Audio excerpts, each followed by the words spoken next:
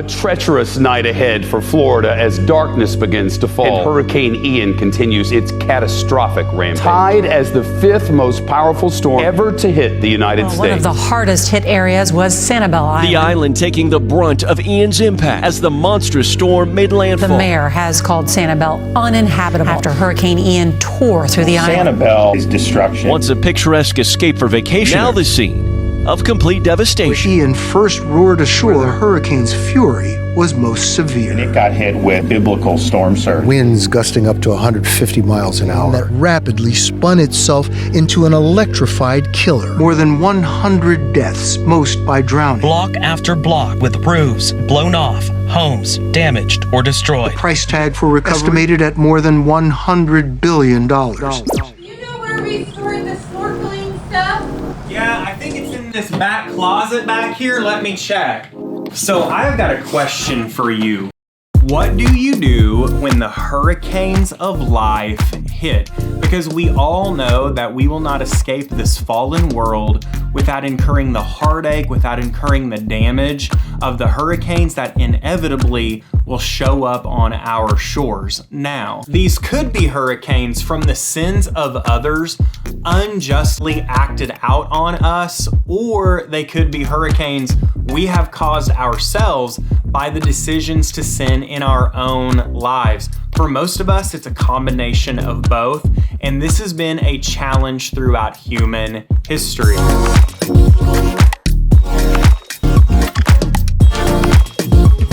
Now, in Bible times, prophets would tell the story of the destruction and the rebuilding of a city like Sanibel as a metaphor for the damage and the rebuilding or healing of a people. And this is mine and Jolie's first time to go back to Sanibel since Hurricane Ian hit over a year and a half ago.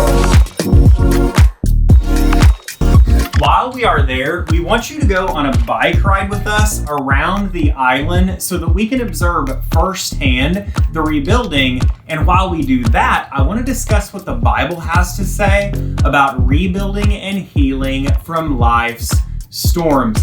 All that is coming up, and now we have to get ready for our flight. Stay tuned. May I have your attention, please? Parking is permit terminal. Aircraft door has been closed.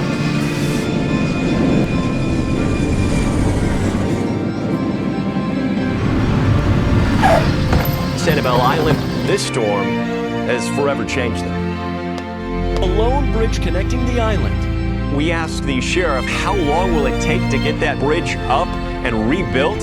He says the governor told him it could take years.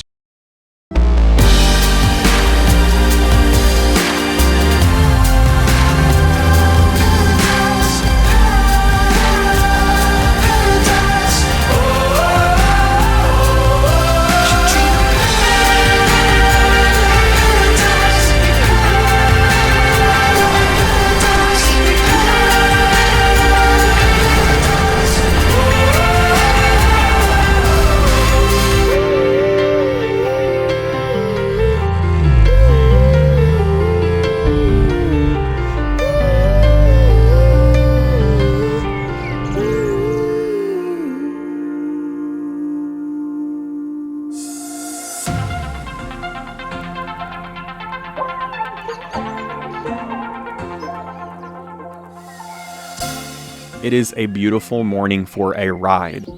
And you know, the contrast of watching the devastation broadcast in the media and now witnessing this rebuilding firsthand, it's heartening.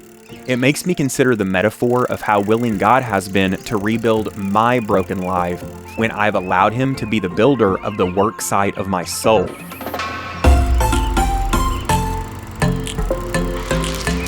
And it was God who rebuilt Jerusalem and its people after the devastation of war. God both supplied and sustained the rebuilding, just as He does with you and I. He supplies us by tending to our wounds created from traumatic experience in a way that only He can. And He sustains us by healing our hearts broken from past destructive events.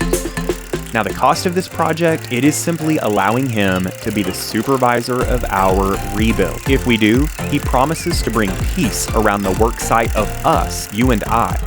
Like with any project, expect some delays. Delays that each of us cause when we sin. But once again, go back to the blueprint, make the necessary changes, and again seek Him as your builder. He will have compassion on you and make His home within the work site of you.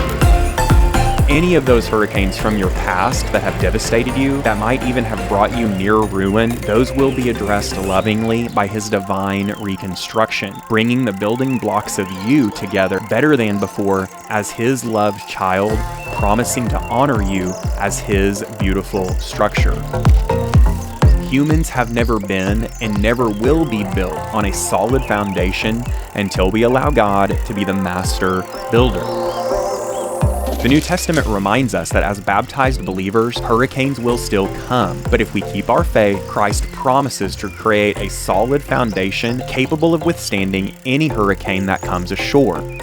If you've chosen Him as the builder of your foundation, what you build together on top of that foundation will be strong, unwavering, and even unbreakable. Personally, resolving to allow God's supervision of my life more and more over the years, it has had a profound impact on my fortitude as the hurricanes blow through my life. Now, as we finish our ride here, I want to offer you a challenge.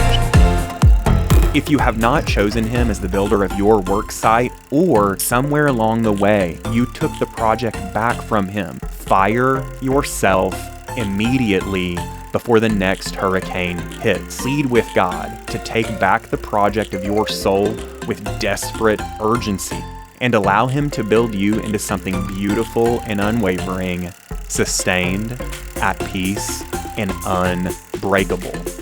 Surrender your life over to Him today and every day.